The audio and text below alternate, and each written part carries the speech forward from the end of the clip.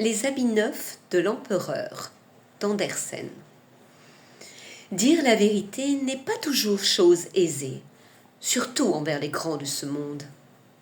Oser penser à contre-courant, c'est parfois très embêtant, comme nous le verrons dans ce petit conte. Un empereur de notre connaissance était si coquet qu'il y consacrait tous ses deniers. Il était fou de vêtements et en changeait tout le temps, y consacrant tout son temps et tout son argent. Les plus belles étoffes, les plus habiles tisserands, il les lui fallait tous pour sa garde-robe. C'était là sa folie. C'est ainsi que deux escrocs, deux filous, eurent l'idée d'en abuser.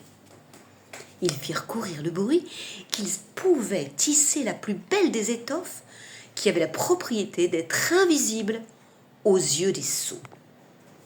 L'empereur, intrigué, dépêcha son vieux ministre pour aller en juger. Ce dernier vit un métier à tisser vide, mais n'osa rien dire de crainte de passer pour un idiot, et il conforta l'empereur dans son désir.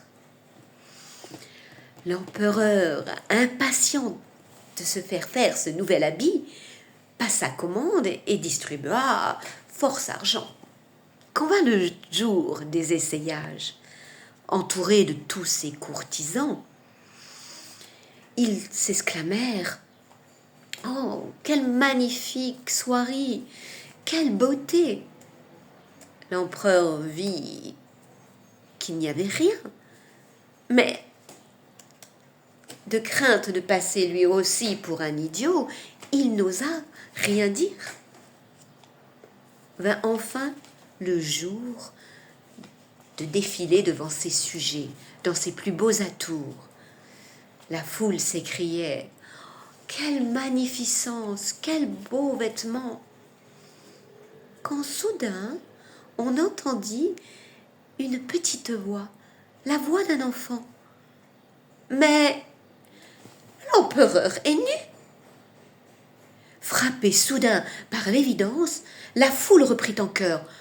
L'empereur est nu, l'empereur est nu, l'empereur est nu. L'empereur comprit alors qu'ils avaient raison, mais décida de tenir bon jusqu'à la fin de la procession. Il en est souvent ainsi des grands de ce monde. Ils préfèrent s'obstiner plutôt que de reconnaître leurs erreurs. Les gens sont de glace à la vérité, mais de feu au mensonge. Demandez donc aux enfants, ils sont souvent beaucoup plus savants.